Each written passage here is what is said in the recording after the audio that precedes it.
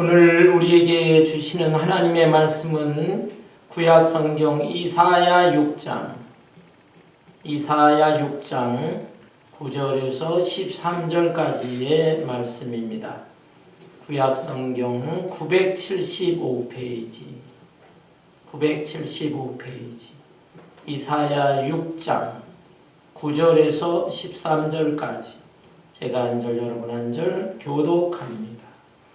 여호와께서 이르시되 가서 이 백성에게 이르기를 너희가 듣기는 들어도 깨닫지 못할 것이요 보기는 보아도 알지 못하리라 하여 이 백성의 마음을 둔하게 하며 그들의 귀가 막히고 그들의 눈이 감기게 하라.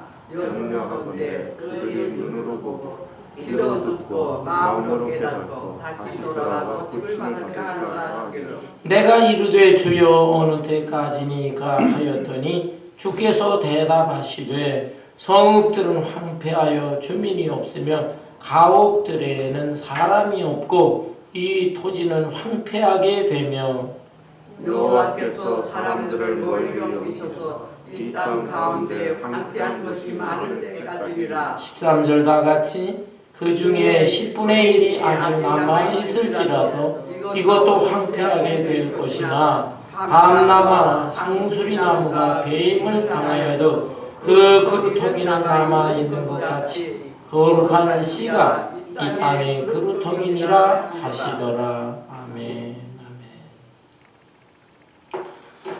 우리가 산에 올라갈 때에 종종 나무는 쓰러져 있고 나무 밑둥만 남아있는 모습을 볼 때가 있습니다. 비바람에 나무가 쓰러지고 또 벼락에 맞아 쓰러지고 어떤 경우에는 벌목자들이 산에 올라가서 나무를 베어내고 나무 밑둥만 남아있는 경우가 종종 있습니다. 그런데 이 나무 밑둥을 다른 말로 그루터기라고 합니다. 그루터기. 이 그루터기에는 대부분 그루터기가 죽어서 썩어 있는 상태로 있지만 가끔씩은 신기하게도 그 그루터기에서 새순이 돋아나고 또 줄기가 자라고 가지가 뻗어나가는 모습을 볼 때가 있습니다. 그러한 그루터기를 볼 때 참 나무의 생명력이 대단하구나 감탄하지 않을 수 없는 것입니다. 오늘의 본문 말씀은 지금으로부터 약 2700여 년 전 하나님께서 이사야 선지자에게 주신 말씀입니다. 그 당시에 북왕국 이스라엘은 이미 멸망 직전에 놓여 있었고 남왕국 유다 왕국도 경제적으로는 아주 잘 살았어요. 그러나 도덕적으로 영적으로 타락해서 하나님의 진노를 삼으로 나라가 점점 이제 기울어지게 되었던 것입니다. 이러한 상황 속에서 이사야 선지자가 이 말씀을 전했는데 이 말씀은 한편으로는 무서운 심판의 말씀이지만 그러나 그 가운데서도 소망의 말씀을 주셨습니다. 곧 북왕국은 물론이고 남왕국도 완전히 망하게 되지만 그러나 나라는 망할지라도 그 민족 이스라엘 백성 중에서 남은 자가 있다. 거룩한 씨가 될 자가 있다. 곧 그루터기와 같은 자들이 있다. 그 그루터기를 통해서 새순이 돋고 또 줄기가 자라고 오히려 새로운 역사를 내가 이룰 것이다 라고 하는 소망의 말씀을 주신 것입니다. 여러분, 그렇다면 이 그루터기는 구체적으로 무엇을 의미할까요? 첫째는 적은 수이지만 진실한 믿음의 사람을 가리키는 것입니다. 여러분, 예, 좀 전에도 말씀드렸지만은 그루터기를 보면 어떤 그루터기에는 이렇게 새순이 돋고, 그러나 대부분의 그루터기는 또 죽어서 썩어 있는 상태로 있는 것입니다. 바로 새순이 돋고 또 줄기가 자라고 새로운 나무로 성장해 나가는 그러한 그루터기. 그 그루터기는 바로 참된 믿음을 가진 적은 숫자다라고 할 수가 있습니다. 그 당시에 유대 나라 백성들은 아주 형식적인 믿음을 소유하고 있었어요. 조상 대대로부터 여호와 하나님을 섬기는 이 전통이 있었기 때문에 신앙생활을 해요. 하나님의 성전에 나가서 제사도 드려요. 그러지만은 실제적으로 그 마음속에는 믿음이 없었던 것입니다. 오히려 그 가나안 땅에 있는 이방 족속들이 섬기는 우상을 섬기면서 지냈습니다. 왜 이런 현상이 나타난 것일까요? 그들은 하나님에 대한 신앙이 싫었습니다. 왜냐하면 하나님에 관한 신앙은 말씀의 신앙이에요. 하나님이 선지자를 통해 주의 종들을 통해서 주신 말씀, 율법, 계명의 말씀, 그 말씀을 지켜야 된다. 이것은 하지 마라, 저것은 하지 마라, 또 이것은 꼭 해야 된다. 하나님의 말씀을 잔소리하는 것으로 들린 것입니다. 그래서 너무 귀찮아. 자기 마음이나 자기 생각, 자기가 하고 싶은 것을 자꾸 하나님은 못하게 제재한다. 반면에 우상은 그렇게 잔소리하지 않습니다. 그리고 우상 앞에 물질만 정성을 갖다 드리면 이 우상이 다 알아서 현실적인 복을 준다. 건강도 주고, 바른 농사의 신인데 농사도 잘 되게 하고, 경제적으로 풍요하게 하고, 아세라 여신, 이 여신은 또 자녀들 많이 생산하게 하고, 현실적으로 축복을 준다 그러니까 우상을 섬기게 되었다. 하나님께서는 너무너무 실망하시고 진노하시게 된 것이죠. 그래서 본 말씀 9절에 봅니다. 9절에 보면 여호와께서 이르시되 가서 이 백성에게 이르기를 너희가 듣기는 들어도 깨닫지 못할 것이요 보기는 보아도 알지 못하리라 하여 이 백성의 마음을 둔하게 하며 그들의 귀가 막히고 그들의 눈이 감기게 하라 염려하건대 그들이 눈으로 보고 귀로 듣고 마음으로 깨닫고 다시 돌아와 고침을 받을까 하노라 하시기로. 어떻게 하나님이 이러실 수가 있나? 하나님의 백성의 마음을 아주 굳어지게 하고 완악하게 하고 깨닫지도 못하게 하고 강팍하게 하고 이러실 수가 있는가? 하나님 자비하신 하나님이 왜 이렇게 하신 것일까? 이것은 하나님께서 너무나 많은 기회를 주시고 은혜를 베풀어 주셨는데 자기네들이 하나님을 멀리하고 하나님을 싫어한 거예요. 말씀을 잔소리로 받아요. 그래서 주의 종들을 통해서 말씀을 주지만 듣기는 들어도 그 속뜻을 깨닫지 못하는 것입니다. 마음으로 거부하기 때문에. 또 하나님의 은혜를 통해서 사실은 보여지는 것도 많아요. 맑은 마음, 겸손한 마음으로 보면 하나님이 이런 은혜와 축복을 주셨구나 볼 수도 있는데 마음이 다 굳어지고 강팍해졌어요. 하나님에 대한 원망 불평밖에 없어요. 그러다 보니까 보기는 보아도 보지도 못하게 될 것이다. 이런 자들에 대해서 하나님께서 심판하시는 것입니다. 심판에는 최종적인 심판도 있지만 현재적인 심판도 있어요. 현재적으로 마음이 더 굳어지고 더 완악해지고 그래서 하나님을 경외하지 못하는 상태까지 이르게 되었다라고 하는 것입니다. 여러분 북한의 김일성 김일성 아시잖아요. 우리 민족의 원수, 6.25 동란을 일으킨 장본인. 근데 그 김일성이요, 어렸을 때 주일학교도 잘 다녔답니다. 이 김일성의 아버지가 김영직인데, 김영직은요 세례교인이고 또 기독교 학교인 평양 숭실학교 선생, 교사였어요. 그뿐만 아니라 김일성의 어머니는 강반석입니다. 강반석. 믿음이 좋았던 사람이 이름 보세요. 벌써 반석. 신앙적인 이름 강반석. 그 다음에 김일성의 외삼촌이 강양욱입니다. 강양욱 목사예요. 목사. 세상에 그런 집안에서 태어나고 성장을 했음에도 불구하고 물론 그 부모나 그 외삼촌에게도 문제가 있지만 어쨌든 이 김일성이는 공산주의자가 되어서 6.25 동란을 일으키는 민족의 그 원수가 되고 말았던 것입니다. 여러분, 참된 신앙이라고 하는 것이 무엇입니까?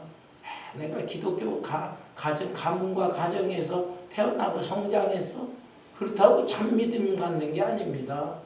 뿐만 아니라 아내 신앙생활을 몇십 년을 했다. 신앙의 연륜을 자랑합니다. 또 뭐 교회의 여러 직분을 맡았다. 무슨 선교위원장, 뭐 재정위원장 다 맡아 봉사했다. 그것만 가지고 진실한 믿음이라고 할 수가 없습니다. 오늘날에도 그저 교회 다니고 뭐 예배에 참석도 하고 하지만 형식적인 신앙을 가진 사람들이 많아요. 반면에 진실한 믿음을 가진 사람들도 있지요. 그 수가 적은 수일지라도 참된 믿음을 가지고 하나님 섬기고 하나님의 말씀을 사모하고 그 말씀을 더 부족할지라도 실천에 옮기면서 살려고 하는 사람, 이런 사람이 바로 오늘날에도 그루터기 신앙인이다 라고 할 수가 있는 것입니다.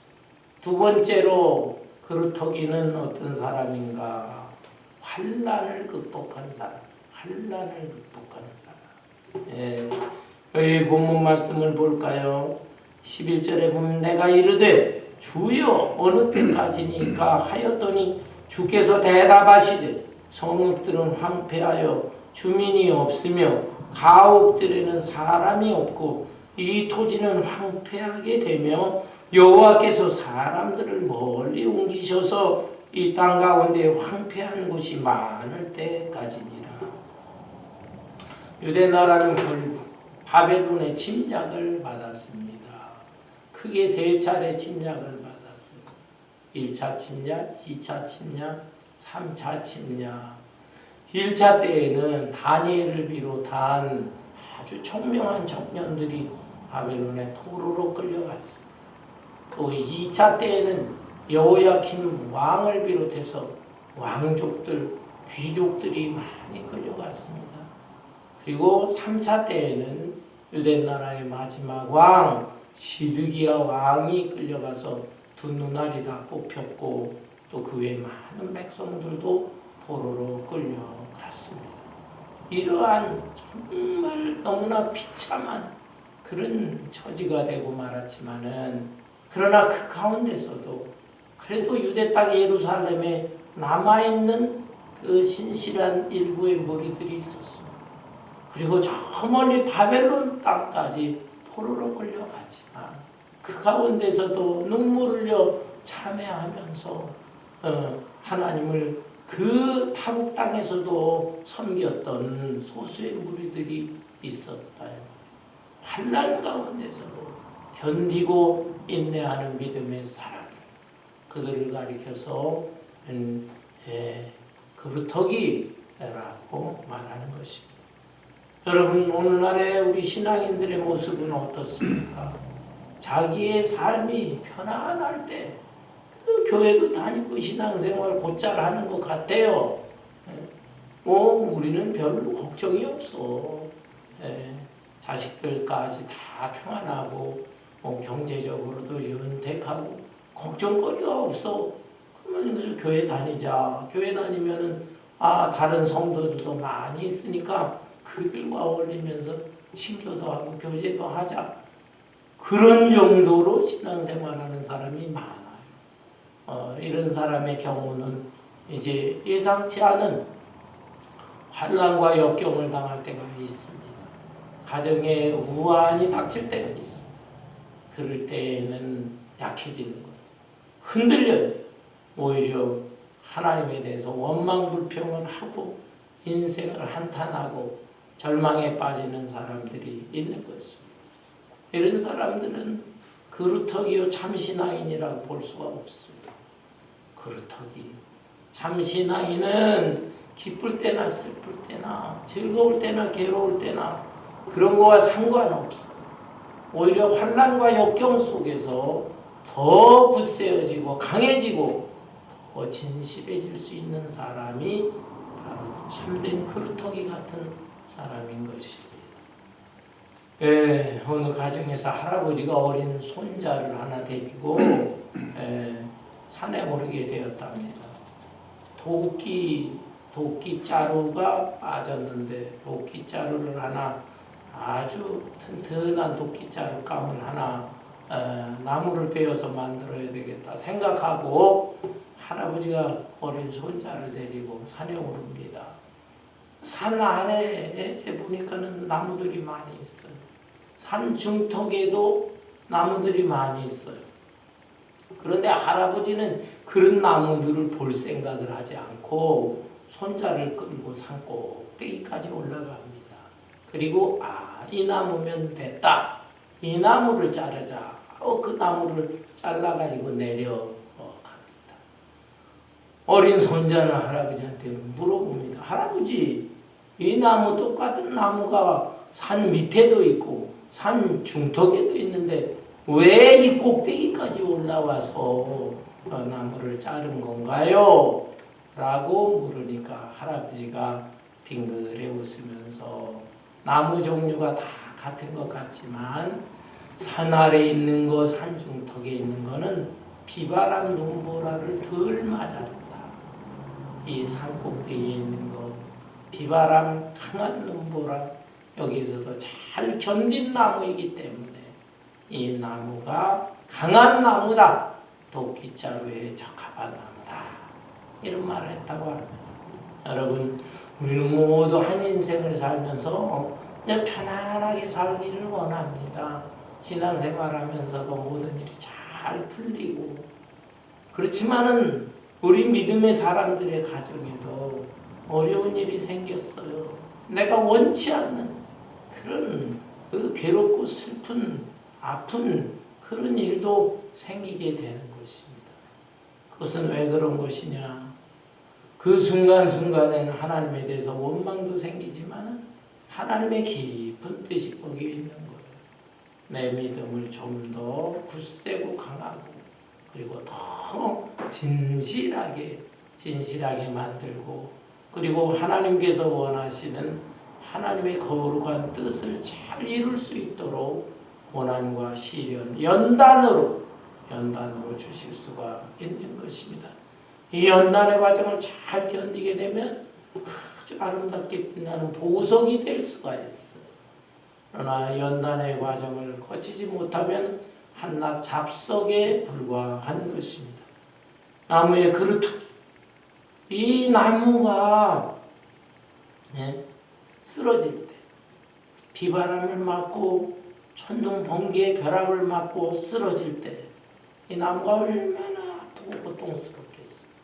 또 벌목하는 사람들에게서 칼과 톱으로 도끼로 찍히고 해서 쓰러지게 될 때 그때의 그루터기가 얼마나 아프겠어.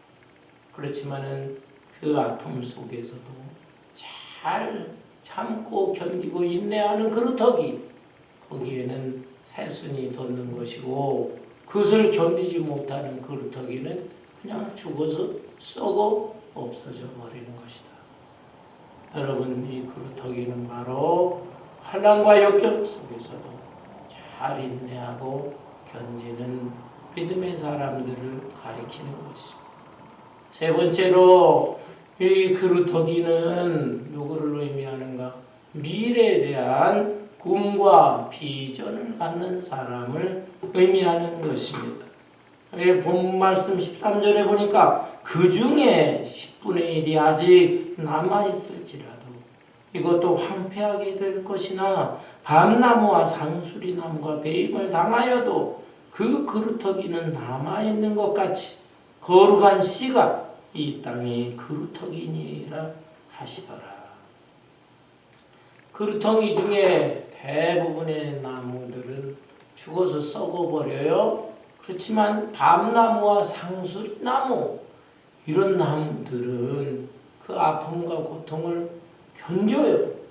그러면서 신기하게 거기서 다시 또 싹이 나고 움이 트고 또 성장하게 되는 것입니다. 밤나무와 상수리나무 잘려서 아픔과 고통 중에 있지만은 그러나 내가 이걸 참고 견디게 되면 언젠가는 내가 다시 일어날 것이다. 여기에서 다시 줄기가 뻗고 또 큰 나무로 성장할 수 있을 것이다. 그 꿈을 갖는 것입니다. 바벨론 포로로 끌려간 유대 사람들도 마찬가지.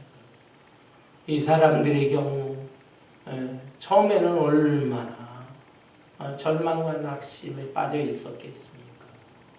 말이 다르고 또 문화와 풍토가 다르고 거기에서 종살이하고 얼마나 힘겹겠어요. 그렇지만은 그 가운데서 그들은 다시 하나님의 말씀을 생각합니다. 하나님이 언약으로 주신 말씀, 불변한 약속의 말씀, 그 말씀을 믿고 소망 가운데 우리가 나라는 잃어버렸지만 우리 민족은 없어질 민족이 아니다. 하나님께서 언젠가 다시 회복시켜 주실 것이다. 그 소망을 가지고 견뎠어요. 그랬더니 어떻게 되었습니까? 바벨론 포로 70여 년 생활한 후에 3차례에 걸쳐서 놀라운 일이 벌어집니다. 포로에서 유대 땅 예루살렘으로 다시 돌아오는 거예요. 이 바벨론이 페르시아한테 망하는데 페르시아의 고레스라고 하는 왕, 이 사람은 이방 나라의 왕입니다. 하나님 섬기는 사람도 아닌데 그 사람의 마음이 감동을 받아요. 신기한 일이 벌어져요. 그래서 유대인들은 니네들 자유롭게 본토로 돌아가도 좋다. 해방령이 내려진 것입니다. 그래서 1차 때에는 수룹바벨, 유대 나라의 왕족이에요. 수룹바벨을 지도자로 해서 또 많은 사람들이 본국으로 돌아갔어요.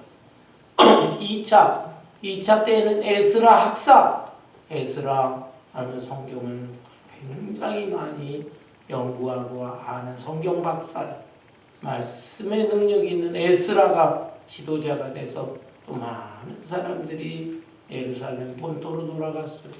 3차 때에는 느헤미야를 통해 가지고 또 많은 사람들이 돌아가게 됩니다. 그들을 중심으로 그동안 무너지고 불타버렸던 그 예루살렘 성전을 갖다가 다시 세우는 것입니다.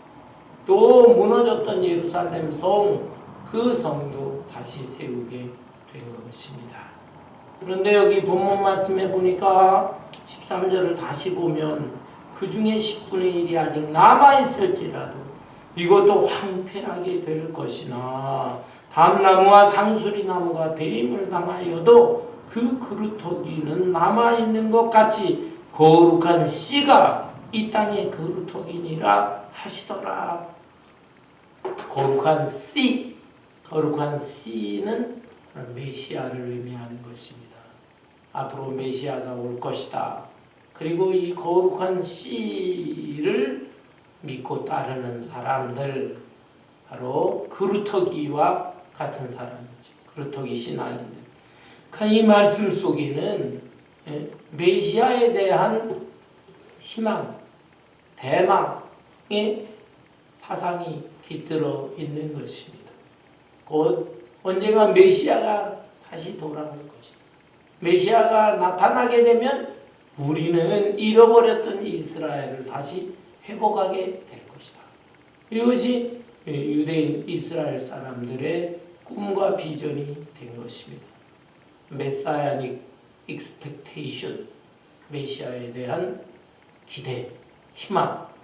그런데 유대인들 중에 이 메시아 대망 사상이 있기는 하지만 그들이 오해한 것이 있어요. 그들은 지리적인 이스라엘 그리고 혈통적인 이스라엘 민족만이 회복될 것이다. 그저 빼앗겼던 나라, 잃어버렸던 본토 그곳으로 다시 돌아와서 회복되는 것, 그것만을 생각하는 사람들이 많아요. 그렇지만 그 유대인들 중에서도 참된 메시아 대망 사상을 가진 사람들이 있었던 것입니다. 이사야 선지자는 바로 그것을 외치고 있습니다.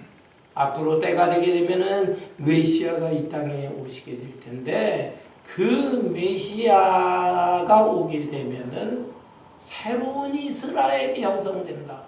지리적인 이스라엘, 혈통적인 이스라엘 민족을 초월한 인종과 아무 상관없고 지리적인 위치와 상관없는 새로운 이스라엘. 그것이 바로 하나님의 나라인 것입니다. 그 하나님의 나라가 이루어지게 될 것이다. 이 꿈과 비전을 가진 사람이 참된 그루터기 신앙인 것입니다. 여러분, 이 메시아는 바로 예수님이에요. 예수님이 이 세상에 오셨어요. 2000년 전에 오심으로 인하여 하나님의 나라는 시작되었고 또 예수님을 믿고 따르는 사람은 하나님 나라의 백성이 된 것입니다. 이 세상에 눈에 보이는 나라가 있지만 그러나 눈으로 잘 볼 수 없는 또 하나의 하나님의 나라가 있다. 세상 속에 있으면서도 세상에 속하지 않은 하나님의 나라가 있습니다. 이 하나님의 나라의 백성 사람들이 그루터기와 같은 사람들인 것이고 그 예수님은 2000년 전에 오셨지만 십자가에 못 박혀 죽으시고 부활하시고 하늘로 승천하셨어요. 그리고 언젠가 다시 역사의 마지막 때에 우리 예수님은 이 땅에 재림하실 것입니다. 이미 오신 예수님 already 이미 오셨다. 그러나 not yet 우리 예수님은 다시 오셔야 되는데 아직 안 오셨다. 이 already와 not yet 사이에 지금 우리가 있는 것입니다. 유대인들은 대부분의 사람들이 아직도 메시아가 오시지 않았다고 생각을 해요. 그러면서 메시아 대망 사상을 가지고 있습니다. 2000년 전에 오신 예수님은 그냥 하나의 훌륭한 지혜자, 지혜로운 선생 정도로만 알고 메시아로 구주로 믿지 않습니다. 그들은 언젠가 메시아가 올 것이다. 그러나 우리는 2000년 전에 이미 오신 메시아. 그러나 그 메시아가 하늘로 갔지만 다시 오실 메시아. already와 not yet 사이에 우리가 있습니다. 우리는 어떻게 신앙생활 해야 될까요? 오늘의 시대에 기독교가 얼마나 많이 퍼졌습니까? 예수 믿는 사람들도 얼마나 많이 있습니까? 그러나 하나님이 보실 때에 정말 진실한 믿음의 사람은 얼마 되지 않을 것이다 생각합니다. 그래서 우리 예수님도 말씀하셨어요. 사람들이 다 넓은 길로 갈지라 너희들은 좁은 길로 가라. 오늘날의 신앙생활을 하면서도 사실은 우상 섬기는 사람이 너무 많습니다. 교회 출석을 하지만 그러나 마음속에는 세상의 가치관을 가지고 있어요. 무슨 형체로다가 우상 만들어서 그 앞에서 절하고 하지는 않지만 마음속에는 하나님보다는 현실적으로는 돈이야. 돈을 우선시하고 또 지금과 같은 과학의 시대의 지식이라든지 이런 걸 더 우선시하고 또 권력을 더 우선시하고 그런 것들이 다 무엇입니까? 그것이 우상이다. 특별히 옛날에도 그랬지만 오늘날에 특별히 더 크고 강한 우상이 있어요. 그거는 숫자의 우상입니다. 숫자라고 하는 것이 엄청난 우상인 거예요. 수가 많으면 굉장히 좋아 보입니다. 숫자가 크면 그게 부러운 것입니다. 숫자가 작거나 수가 적거나 하게 되면은 그것이 다 초라하게 여겨지는 것입니다. 권위가 하나도 없어요. 권위가 숫자로 다 얘기를 합니다. 그러니까는 그 숫자 앞에 머리를 숙이고 대단하게 우러러 보이고, 그리고 그 숫자를 또 자기도 추구하고 숫자를 통해서 자기 현실적인 이익도 얻게 되는 것입니다. 현실은 그렇죠. 이런 현상들이 지금 일어나는 것이 사실입니다. 그러나 하나님께서 볼 때에는 그 숫자로 많이 평가를 하지 않는 것입니다. 구약성경 창세기 18장에 보세요. 소돔과 고모라가 멸망을 당할 때 그 당시에 40만 50만 명이 있었어요. 그런데 의인 10명이 없어서 소돔과 고모라는 멸망을 당했던 것입니다.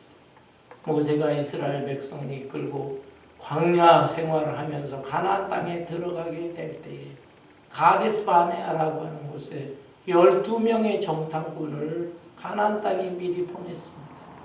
가나안 땅에 어떤 상태에 있는가 알아보거라. 그들이 40일 동안 정탐을 하고 돌아와 보고를 합니다. 그때에 10명의 정탐꾼은 우리는 그곳에 들어가면 큰일 납니다. 우리는 그들 앞에 메뚜기에 불과합니다. 메뚜기 컴플렉스. 키가 장대하고 성은 높고 두텁고 무기도 많이 있는데 우리 같은 오합지졸이 어찌 그들과 상대하겠습니까? 메뚜기 컴플렉스. 그러나 여호수아와 갈렙은 어떻습니까? 그들이 대단하게 보이는 건 사실이지만 하나님께서 그 땅을 차지하라고 약속하시고 명령하시지 않았느냐. 그러니까 우리가 이 믿음을 가지고 들어가게 되면 오히려 그들은 우리의 밥에 불과할 것입니다. 주장했어요. 그런데 이스라엘 백성들은 누구의 말을 따랐습니까? 10명의 주장, 이게 다수잖아요. 다수. 여호수아와 갈렙은 2명밖에 안 돼요. 다수의 주장을 따르고 거기에서 아이고 우리는 들어가면은 큰일 나겠구나, 죽겠구나. 거기서 무릎을 꿇고 통곡을 했다고 그랬어요. 하나님께서 진노하셔서 그저 열을 남짓이면 직접 들어갈 수 있는 가나안 땅, 그것을 가나안 땅에서 헤매고 40년 동안을 하나님은 거기서 연단을 시키고 그리고 들어가게 하셨다라는 것을 알 수가 있습니다. 여러분, 오늘날의 우상들, 이 숫자의 우상 우리는 부인할 수가 없습니다. 그러나 하나님께서 보실 때에는 진실한 믿음의 소유자, 적은 수일자, 이런 사람들을 원하시고 환난과 시련 속에서도 원망하거나 낙심하거나 하지 않고 오히려 잘 인내하면서 견디는 사람들, 그리고 그런 가운데서도 앞날에 대한 꿈과 비전, 세상에서 돈 벌고 출세하고 성공하는 꿈과 비전이 아니라 하나님의 나라, 하나님께서 역사와 만물을 주관하시는 분이다. 그분의 그 비전을 바라보면서 하나님 나라를 위해서 헌신하는 사람들, 이런 사람들을 요구하시는 것입니다. 여러분, 한 지금으로부터 120, 30년 전에 미국 조지아주에 마스타 벨이라고 하는 시골 학교 여자 선생님이 있었어요. 이 사람 학생들을 무척 아끼고 사랑하고 돌보는 선생님이었습니다. 그런데 시골이다 보니까는 너무 가난한 학생들이 많고 또 어떤 어린이들은 아예 학교를 다니지도 못하는 것입니다. 그래서 이 마사 이 마사 벨이라고 하는 여자는 어떻게 하면 누구나 다 자유롭게 학교에 와서 공부를 마음껏 할 수 있을까? 내가 한번 학교를 한번 세웠으면 하고 작은 부지를 하나 얻어서 천막을 치고 학교를 세웠습니다. 그런데 학생들이 뭐 4-5명밖에 없어요. 그래도 그 학생들을 열심히 가르치는데 음악 교육을 시키려고 하다 보니까 피아노가 필요하죠. 피아노. 이 피아노를 어떻게 하면 구할까? 하나님 아이들을 진실하게 사랑하고 돌보고 싶습니다. 도와주세요. 기도하는 가운데 마음속에 떠오르는 것이 있었어. 그 당시에 자동차의 왕 헨리 포드라고 하는 자동차의 왕 얼마나 부자입니까? 그 사람한테 도움을 청해야 돼요. 편지를 썼어. 편지를. 그래서 우리가 피아노가 필요하다. 그런데 한 돈 1,000불 정도가 필요합니다. 편지를 썼는데 이 헨리 포드에는 너무나 많은 사람들이 도와달라고 하는 편지가 많으니까 그냥 다 그런 사람들이겠거니 그냥 다 무조건 도와달라고 하는 그런 사람들 뿐이니까 귀찮다는 듯이 10센트짜리 다임 10센트짜리 하나 그 봉투에 담아가지고 돌려보냈습니다. 여러분 아무리 120-30년 전이라 할지라도 10센트 다임 그게 얼마나 되는 돈이겠습니까? 한국 돈으로 100원짜리 동전 하나 그걸 갖다가 돌려보냈으니 이 베리 선생이 볼 때 얼마나 기가 막히겠어요. 치욕감도 느꼈을 것입니다. 1,000불 정도가 필요한데 이 돈. 그렇지만은 여기에도 하나님의 뜻이 있겠거니 생각을 하고 그 10센트를 가지고 땅콩 씨를 샀답니다. 땅콩 씨를 갖다가 심고 그러니까 또 이제 수확을 하죠. 그걸 얻어서 또 심고 또 수확을 거두고 그렇게 하면서 한 5년 동안을 하다 보니까 돈이 좀 모여졌어요. 그래서 그 작은 땅에다가 막사 건물을 하나 세우게 되었습니다. 그리고 정식으로 베리 스쿨이라고 하는 이름 간판을 붙이고 학교를 개교하게 되었습니다. 학생의 숫자는 5명, 1902년도에 학교를 개교했어요. 그리고서는 이 선생님은 헨리 포드에게 다시 편지를 했습니다. 포드 사장님, 저희 학교 개교하는데 도와주시면 고맙겠습니다. 5년 전에 저한테 제가 이렇게 부탁을 했는데 다임 하나 10센트짜리 주셨지만은 제가 그걸 가지고 열심히 노력을 해서 건물 한 동을 지을 수가 있었습니다. 그 편지를 받고 정말 그게 가능해? 호기심이 생겨서 이 포드가 참석을 했어요. 그랬더니 정말로 예쁘장한 건물 져놓고 학생들을 진실한 마음으로 5명을 가르치고 있었습니다. 그 모습을 보고 감동을 받았어요. 그래서 당신이 부탁했던 1,000불 피아노 값은 물론이고 내가 그 위에 10,000불을 더 얹어서 기증을 하겠습니다. 그 당시로서 120-30년 전에 10,000불은 어마어마한 돈입니다. 그 돈을 가지고 땅도 넓히고 건물도 더 세웠어요. 그리고 이제 많은 학생들이 들어오게 되었습니다. 그 이후에 루즈벨트 대통령 이런 사람들과도 다 연결을 지으면서 학교가 점점 커졌습니다.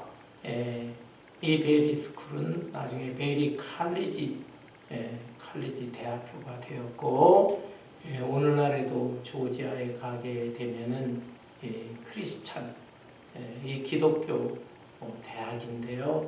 이 베리 칼리지가 정말 아주 유명한 학교로 사립 대학으로 성장했다고. 이 대학교의 모토가 3H예요. 3H. 첫 번째 H는 헤드 머리로서 지식을 쌓고 공부해라. 두 번째는 heart.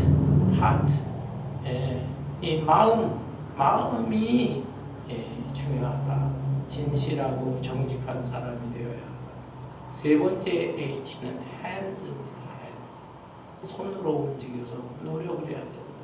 그래 그 학교에 들어가게 되면은 무엇인가 땅이 어마어마해. 세계에서 아마 땅으로는 가장 큰 학교가 아닌가 그렇게 평가를 받고 있어요. 그 엄청난 땅에다가 학생들이 거기서 농사를 짓는다든지 무엇인가는 해야 된다는 거예요. 공부도 하고 신앙과 인성을 키우면서 또 손으로 움직이면서 노동이나 농사를 하고 이런 학교로 지금 한국과도 한국의 학교들과도 교류를 하고 이런 학교로 성장했습니다. 여러분 10센트 다임 정말 모욕감을 줄 만큼 작은 것 그렇지만 그것을 갖다가 소홀히 여기지 않고 거기에 믿음을 담아서 기도하고 헌신했을 때 이렇게 엄청난 비전을 이루게 되었던 것입니다. 사랑하는 성도 여러분, 전쟁터에서 나가서 싸우다가요 중간에 무서워가지고 도망을 치는 사람이 있습니다. 탈영자.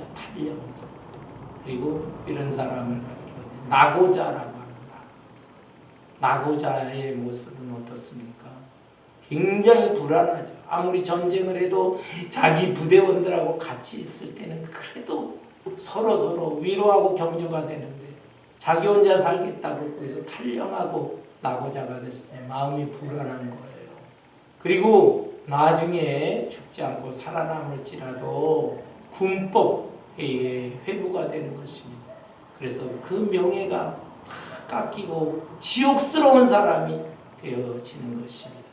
본문에 나오는 이 그루터기, 성경에 보면 남은 자라고 하는 표현들이 또 굉장히 많이 나옵니다. 남은 자, 영어로 remnant라고 하는데 그루터기는 남은 자와 다 동일한 개념인 것입니다. 여러분 전쟁터에서 자기 혼자 살겠다고 뛰쳐나가는 낙오자의 마지막 인생이 명예까지 잃어버리는 비참한 자로 끝나지만은 그러나 끝까지 인내하고 견디고 또 싸워서 승리하게 되면 그런 사람에게는 놀라운 훈장이 부여되는 것입니다. 오늘날에도 보면은 신앙생활하기 참 어렵습니다. 코로나 이후로서 굉장히 그 많은 사람들이 이제 교회에 다니지 않아요. 예배 생활하지 않아요.